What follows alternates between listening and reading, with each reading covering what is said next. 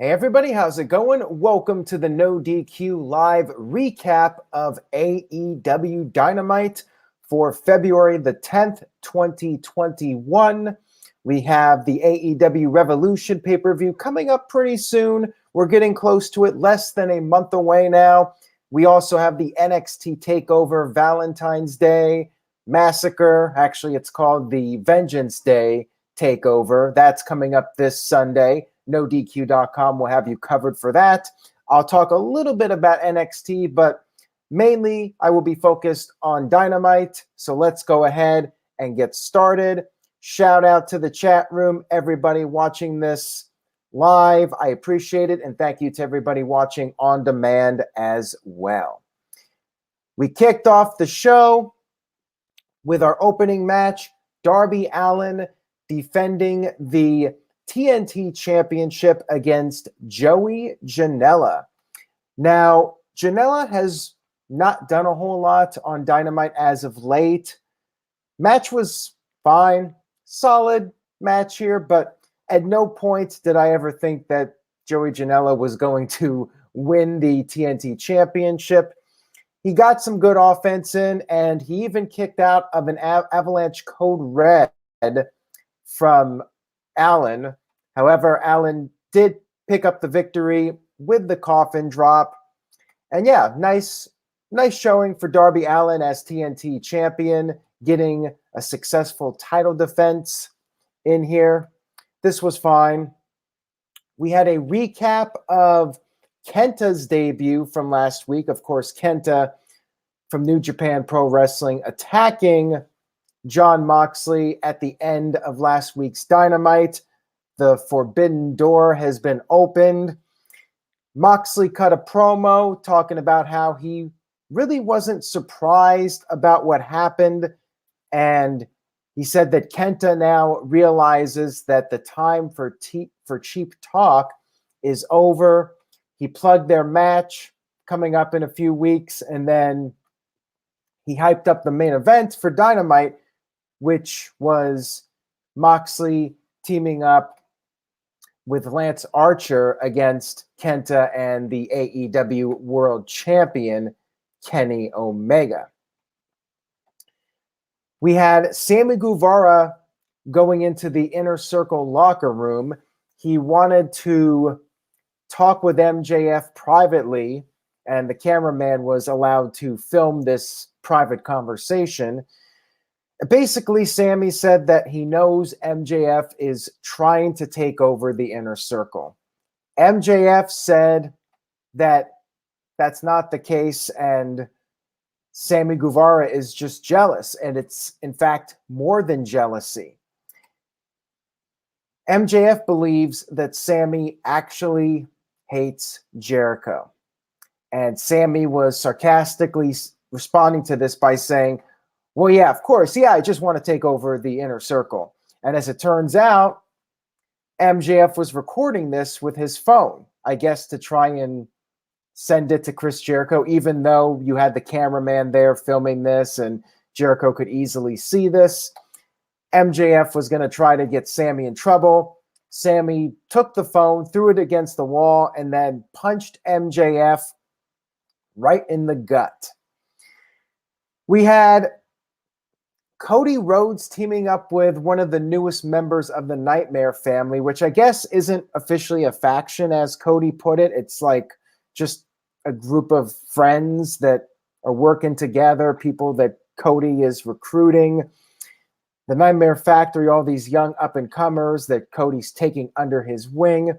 So it was Cody and Lee Johnson against Peter Avalon and Cesar Bononi, not sure how to pronounce his name. And you had Arn Anderson's son, Brock Anderson, at ringside. Man, we're getting a lot of the second-generation wrestlers in the mix here. We got Brian Pillman Jr., we got Arn Anderson's son now, we have Hook, Taz's son. The kids are all getting into AEW here, it seems. So anyways, this match was basically a showcase for Lee Johnson. Maybe Cesar a little bit, but mainly this was to help build up Lee Johnson as an up-and-comer, a blue chipper, as JR might say. And Lee Johnson looked pretty good in this match. He ended up rolling up Peter Avalon for the win. Not sure why we needed a roll-up finish on Peter Avalon. Like, couldn't Lee Johnson just beat him with his finisher? Other than that, match was fine. You know, it accomplished what it needed to establish Lee Johnson. And after the match, Tony Schiavone interviewed the Nightmare Factory, Nightmare Collective, whatever they're called. And you had a brief promo from Lee Johnson sounding like Rocky Maivia circa 1996, talking about how all the hard work is finally paying off. And it's the Nightmare Family. See, I forget if it's the Nightmare Family or the Nightmare Collective, whatever. But yeah, Curtis Butler says it's a faction, no denying it. Well, the thing is, AEW has so many factions, and I guess Cody was tired of the criticism saying, oh, yet another faction. And Cody's like, no, this technically isn't a faction. We're a group of guys, and I'm helping to train them and all that stuff. We had a backstage interview with the Young Bucks, which was quickly interrupted by Anderson and Gallows, and Matt Jackson was basically calling Anderson and Gallows idiots for distracting Nick in the Battle Royal last week, because if the Bucks won that Battle Royal, they would have picked Anderson and Gallows. Anderson and Gallows basically put the blame on the Inner Circle, which led to Matt challenging Santana and Ortiz from the Inner Circle. I thought Jericho and MJF were the representatives of the group, but whatever. So yeah, next week it's going to be the Young Bucks versus Santana and Ortiz for the AEW tag team titles. We had a backstage segment with Matt Hardy and Hangman Adam Page. Hardy said that he rented out a bar just for the two of them, and he said he will take care of the tab. So Adam Page, you know, when you get some free alcohol, you're not going to turn it down. And Page agreed to this. Page started to walk off, and he awkwardly ran into the Dark Order, and they were kind of upset that he's not with them. And yeah, segment was fine, and there was more to this, which we'll get to here in a few minutes. Next up, we had Pac versus Ryan Nemeth, who is the brother of Dolph Ziggler, of course. Pac pretty much dominated the match, and Ryan was doing what the Nemeths do well, selling. He sold a lot for Pac. He did make a brief comeback, but then Pac picked up the win with the Black Arrow, followed by the Brutalizer. So yeah, just a showcase match for Pac, and Ryan Nemeth got a little bit of TV time. So there you go. He's making it in the big time now after all these years. We had a recap of last week's wedding with Kip Sabian and Penelope Ford, which of course was crashed by Orange Cassidy and Charles Taylor, the butler of Miro. And we had comments from everyone. And really, this was the only time these guys were on the entire show, I believe. I don't think there was anything else with them. So yeah, Miro is still not really doing a whole lot in AEW. I guess next week we'll get some kind of follow-up. But man, Miro continues to be a disappointment in AEW, in my opinion. And Nick Glavin about Ryan Nemeth says that he has the same moves as Dolph Ziggler. Well, very much a similar look. I mean, he doesn't even try to look different from his brother. We had MJF confronting Chris Jericho. His ribs were taped up, and he talked about how he was attacked by Sammy. And, you know, Jericho was upset about this, but they had a match, so they had to go out there and do the match. It was Chris Jericho and MJF against the Acclaimed. Acclaimed, you know, they're a knockoff of the 2003 John Cena gimmick. You know, they're doing the freestyling before the match. You know, they kind of remind me more of Men on a Mission in terms of the quality of the rapping. But, you know, some people Some people are marking out for it. I am not one of those people. They have not sold me yet with the whole freestyle rapping gimmick. Anyways, this match was about the Inner Circle storyline. We had Santana and Ortiz getting involved during the match. And then Jericho went for his lion salt, but got hit in the head with a beatbox, the boombox, whatever it is, that Caster had on the outside. Bowens got a near fall, but then Caster was going up on the top. Jake Hager knocked him off. So yeah, pretty much all the Inner Circle guys were interfering in this match. Jericho hit the Judas effect for the win. And after the match, we had the follow-up with Sammy Guevara. Sammy came to the ring, and he told Jericho, he reminded Jericho of what he said a couple of months ago. He said that if MJF tried anything, he would be done. And he's a man of his word. He's done, and he quits the Inner Circle. Sammy Guevara apparently is no longer part of the Inner Circle group. Now, of course, everybody's wondering, is this all a setup? Is Sammy Guevara actually in cahoots with MJF, which is where it seems to be going? We'll see if AEW swerves us with something, because I've said this before. I think Jericho should really go babyface and be kicked out of the group, but maybe if AEW thinks it's too obvious that's where it's going, we'll get some kind of swerve, and maybe Sammy Guevara really is quitting the Inner Circle. So we'll see where it goes. We're finally getting some advancement in this storyline, and it's moving forward here, heading into the Revolution pay-per-view. And keep in mind that Jericho and MJF are going for the tag team titles coming up at the Revolution pay-per-view, but things could change next week. Could we see Santana and Ortiz win the titles, and then it's Inner Circle versus Inner Circle? So definitely things staying interesting in that regard. We had Matt Hardy and Adam Page drinking backstage. Well, I guess wherever this private bar was, it was, I'm guessing, Daly's place, their little alcohol lounge or drinking lounge bar, whatever you want to call it. And we had Matt basically trying to get Adam to drink so much that Adam would sign this contract where Matt would take 30% of his earnings. So, of course, Matt was up to no good here, but Adam, even though he was drinking, he knew what Matt was up to. And when Matt was talking to the camera, Adam pulled out a different contract and signed it. And Matt thought he signed the deal that he gave to Adam. I guess we'll find out next week. They have a match next week, what the actual contract was that was signed. And clearly Adam got one over on Matt, and it'll be interesting to see what that follow-up is. We had Tony Schiavone interviewing Sting, for like the 10th time since Sting has debuted in AEW. And there really wasn't much of an interview here because Taz quickly interrupted, and Team Taz, they kidnapped Darby Allin. They put him in a body bag, and then they attached the body bag to a car and dragged him across the parking lot like a couple of hooligans.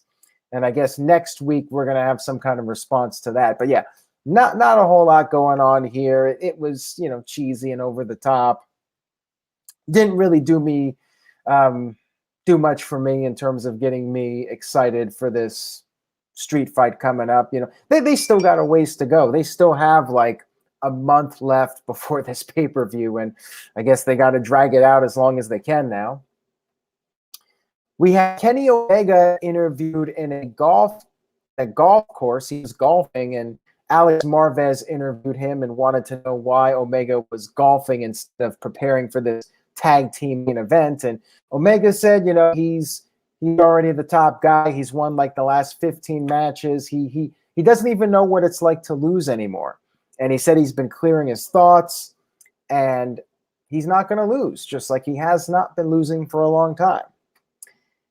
We had our women's match, which was slightly before the 9:30 time slot, maybe because the main event went longer than most main events. We had Thunder Rosa versus Leyla Hirsch in the first round match of this women's eliminator tournament. Match was good. I enjoyed it. Thunder Rosa has always been a solid performer. I've really enjoyed her work. She's elevated the division, and Leyla Hirsch has been looking pretty good in her matches. Match was very good. And after back and forth match here between the two of them, Rosa did eventually pick up the victory. She advances, and AEW did announce that next Monday, I believe it's 7 Eastern, 4 Pacific, we will have the Japan side of the tournament. So all of the Japanese competitors will compete, and I guess that these matches will be airing from Japan, and they are officially sanctioned AEW matches. And yeah, to respond to Mark Matthews, FTR does a beatdown and gets a 1-week suspension. Team Taz, they drag a body through the parking lot, and AEW says nothing. Yeah. Well, Team Taz, they were just being hooligans. I guess FTR, because it was in the ring, it was more serious. I don't know. Or maybe they were just trying to help Darby Allin out with one of his new routines. That could be their excuse, because Darby Allin is this, daredevil, and they were just trying to teach him a new routine and practice with him. That could be their excuse. We had Jungle Boy interviewed about FTR, and not much to say other than he's going to make them his bitch. And I guess we'll see a follow-up on that next week when FTR return from their suspension. We had our main event match, which was Kenny Omega and Kenta from New Japan against Jon Moxley and Lance Archer. Falls count anywhere, no DQ match. You guys know I like the no DQ matches. Kenta had his briefcase, and he used it on Moxley right off the bat before Moxley even knew what hit him. Kenta came in with that briefcase shot. He used it on Archer's back, but Archer just completely no-sold it. Omega then tackled Archer from behind, used the trash can on Moxley, and then a ladder was brought into the match. Omega ended up being slammed onto the ladder, and then after the commercial break, we had everybody fighting over the barricade where the wrestlers stand, the ringside area. We had Peter Avalon's little bed set up on the outside. Omega ended up being slammed onto the bed, and then Avalon got hit with a GTS from Kenta. The fight continued up through the lower bowl, and they ended up in the kitchen area. So kind of reminded me of Halftime Heat with The Rock and Mankind, except for the lack of entertaining dialogue. They were brawling in the kitchen, and Kenta DDT'd Moxley on one of the kitchen tables in there. Then we had Archer make the save with a sack of potatoes. He used potatoes on Kenta, and then Moxley grabbed the potato and he hit Omega with it. So Moxley potatoed Omega.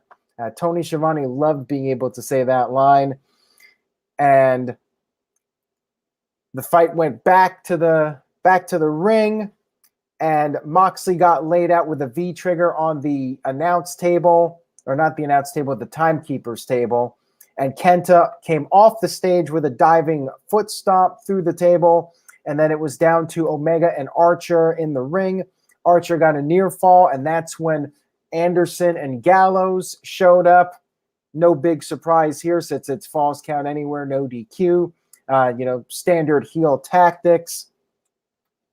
Jake the Snake Roberts tried to help out, and he actually hit a short arm clothesline on Anderson, but then Gallows punched Roberts.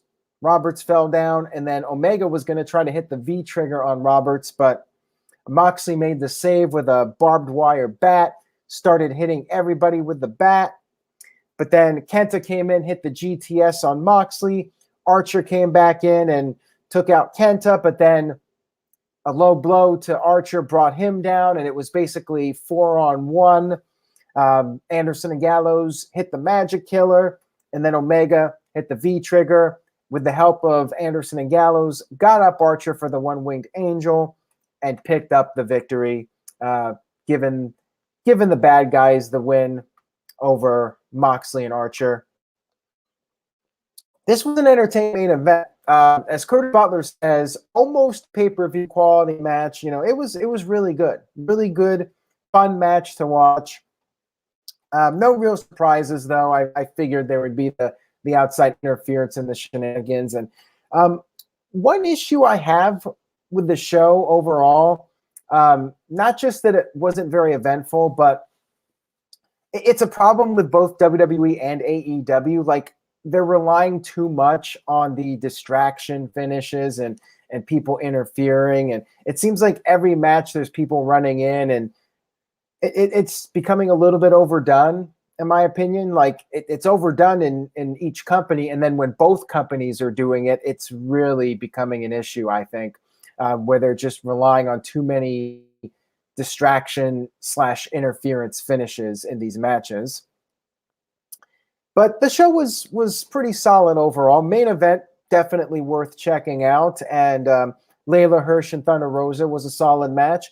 Everything else, though, I liked the Sammy Guevara quitting angle. So those would be the three highlighted segments for me.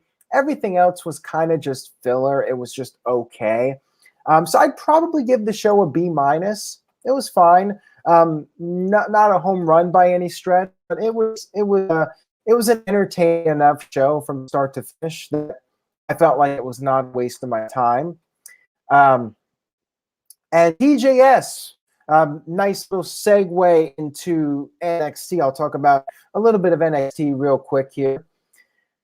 Curtis Butler says it's becoming rawish on interferences, and Nick Lavin gives it a B+. Israel Diaz with a B-. TJS has a super chat here. But real quick, Curtis Butler gives the show a B, and MVP Kev with a B-. Now, TJS says with a $3 super chat, weakest takeover card yet, really not feeling it. I hate to say it, but I think I agree with you, TJS. I will say this, the NXT takeovers, they're always great. Like, even the takeovers that have weaker cards, they tend to always deliver in the ring. Like, they always deliver. But yeah, the hype for this one, yeah, I'm not really feeling it too much. We'll be talking about TakeOver on the No DQ review. We'll be giving our predictions then. But yeah, to sum it up, there was an angle with Johnny Gargano. It was teased Tuesday night into Wednesday that Gargano was injured, but I suspected it was a storyline. It was a work because it was coming from Austin Theory and not an official WWE announcement. But yeah, Gargano came out with his arm in a sling, and he was in a wheelchair. And it was kind of funny, though, because it was like a spoof of Bret Hart in '97 when Bret Hart was in the wheelchair with the Hart Foundation. And he kind of took the same bump because William Regal came out to the stage and said Gargano was full of crap.